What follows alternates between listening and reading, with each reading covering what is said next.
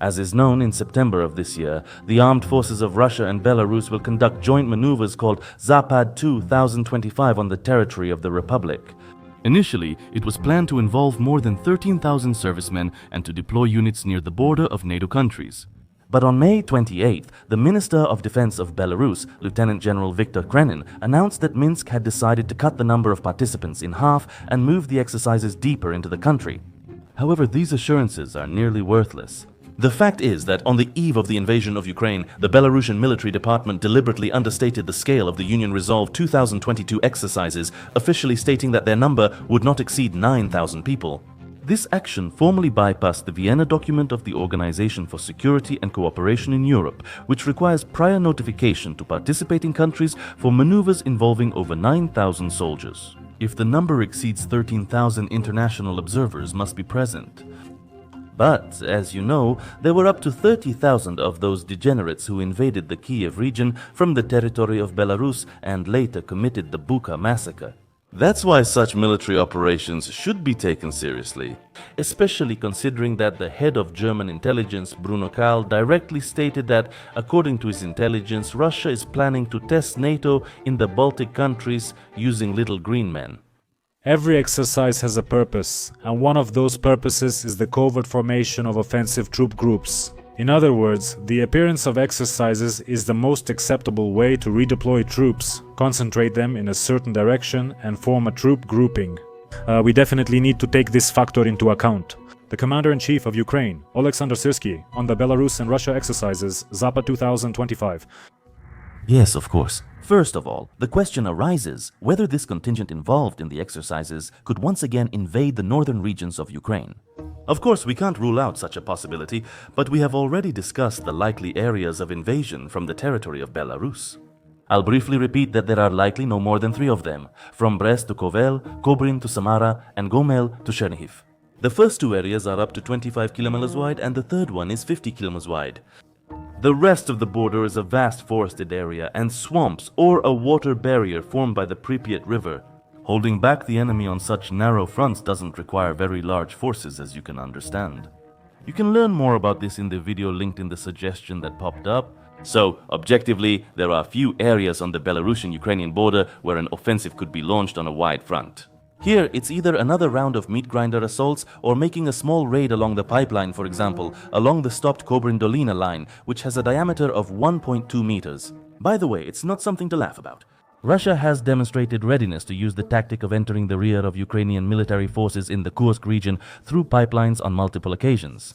Even in Europe, they fear such a scenario. Julian Repke, Bild's military observer, advocates destroying all pipelines to Russia as they could be used by the Russian Federation's armed forces for military purposes. While this may be alarmist, it's understandable from the Ukrainian perspective to consider mining non-operational pipelines. However, such alarmism serves a purpose for Europe, as the situation is indeed escalating. In 2024, the construction of the Baltic defense line began. The project involves installing defensive fortifications in Lithuania, Latvia, and Estonia along NATO's eastern border with Russia and Belarus.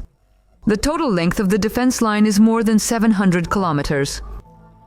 One of the elements of the new border infrastructure includes anti-tank hedgehogs, ditches, barbed wire, and dragon's teeth. A year ago, we looked at satellite images of the border between the Baltic countries and Russia, and unfortunately, we didn't find any serious defensive lines on them. As of today, the situation hasn't changed. But this year, Estonia received the 6 high-mobility artillery rocket systems it purchased in 2023 and has already conducted training exercises.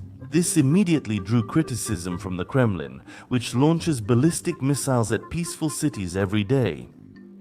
Oh, the times, oh, the morals. In 2023, Lithuania is set to acquire the high-mobility artillery rocket systems it ordered in 2022, complete with guided multiple-launch rocket system missiles and the Army Tactical Missile System.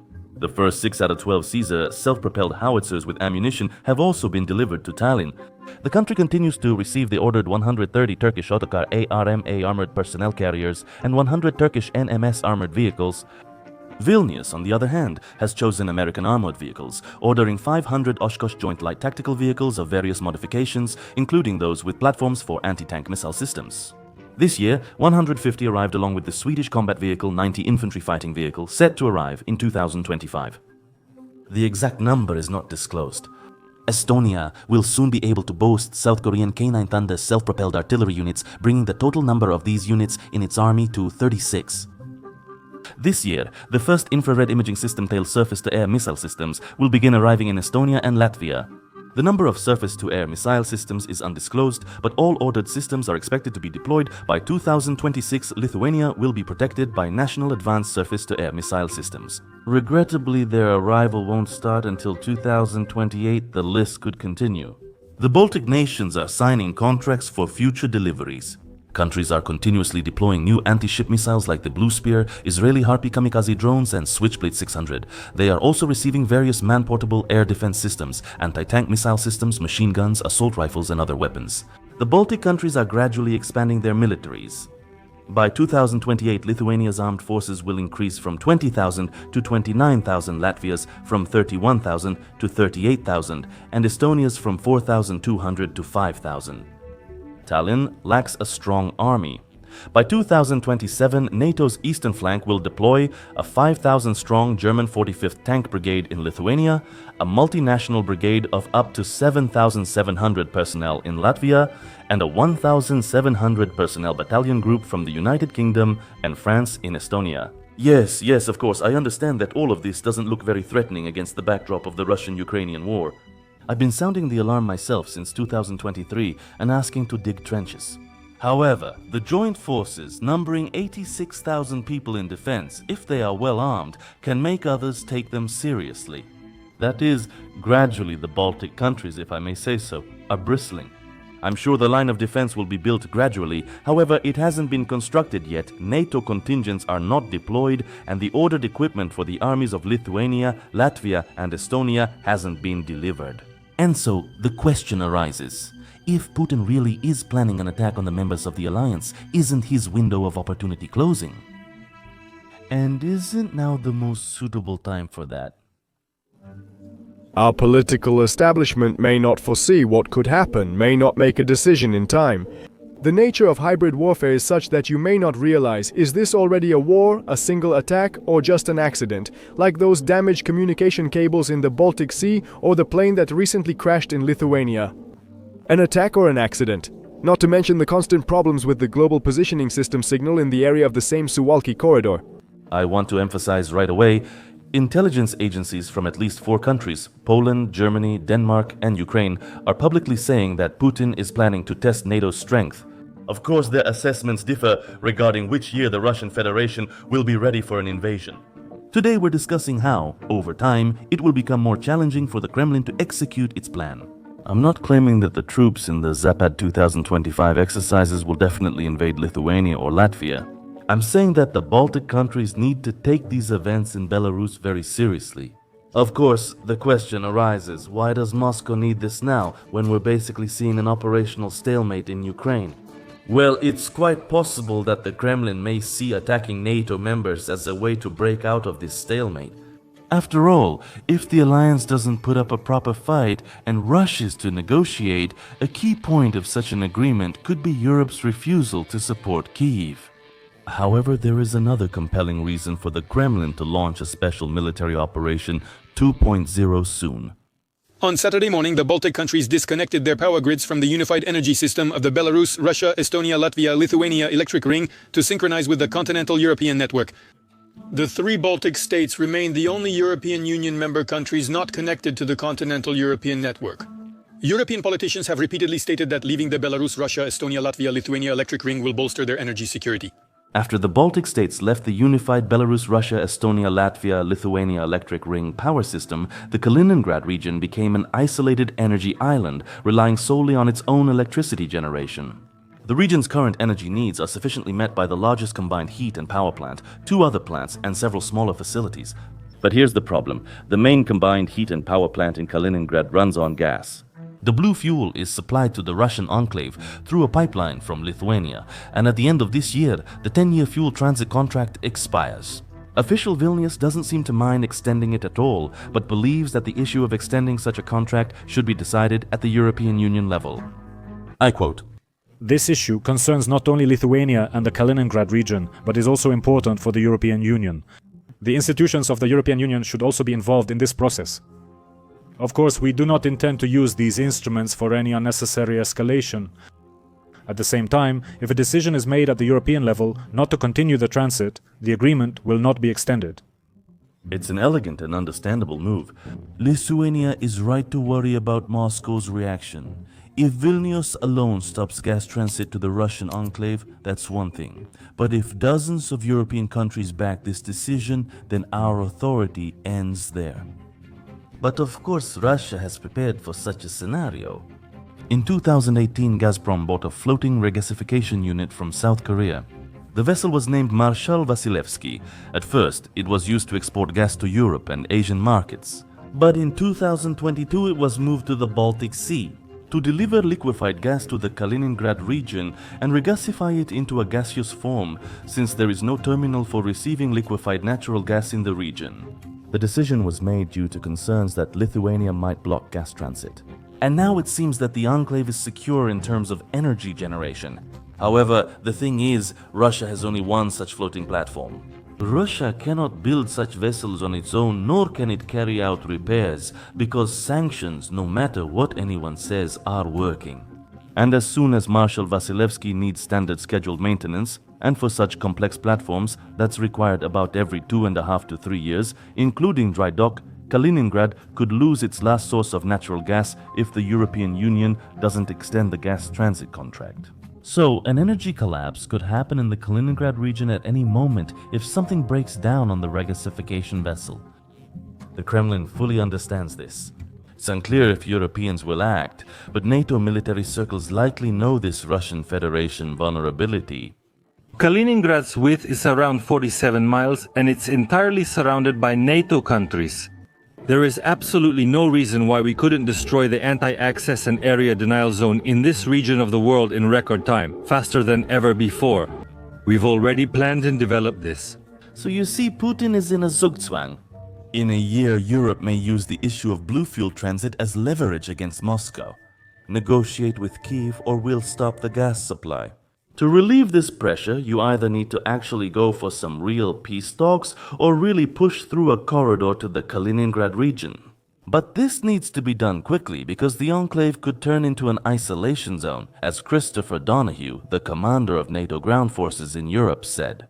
And you see, in the logic built by the Russian dictator, the North Atlantic Alliance will inevitably try to isolate Kaliningrad over time in order to put pressure on Moscow. And that means Leningradskaya Street taught me one rule. If a fight is inevitable, you have to strike first. My Telegram channels in Spanish, Portuguese, English, and French, which I told you about, are slowly starting to gain their first thousands of views. The result is even above my expectations since the channels are only 6 weeks old. That's why sometimes here on the main channel there will be videos that are primarily addressed not to the audience from the post-Soviet space, but to citizens of Europe. After all, of course, the points we've discussed today need, first and foremost, to be heard, so to speak, abroad. After all, of course, Putin's strategy in Ukraine is clear. It's a war of attrition. We've discussed multiple times that this approach poses risks for Russia, including economic, sanction-related, and military risks. And such progress in Ukraine over 2 years is definitely a defeat for the Russian Federation.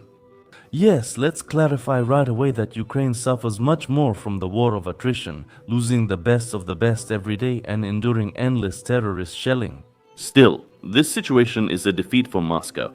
After all, of course, terror is a tool for achieving the main goals, restoring the empire and returning the state to superpower status.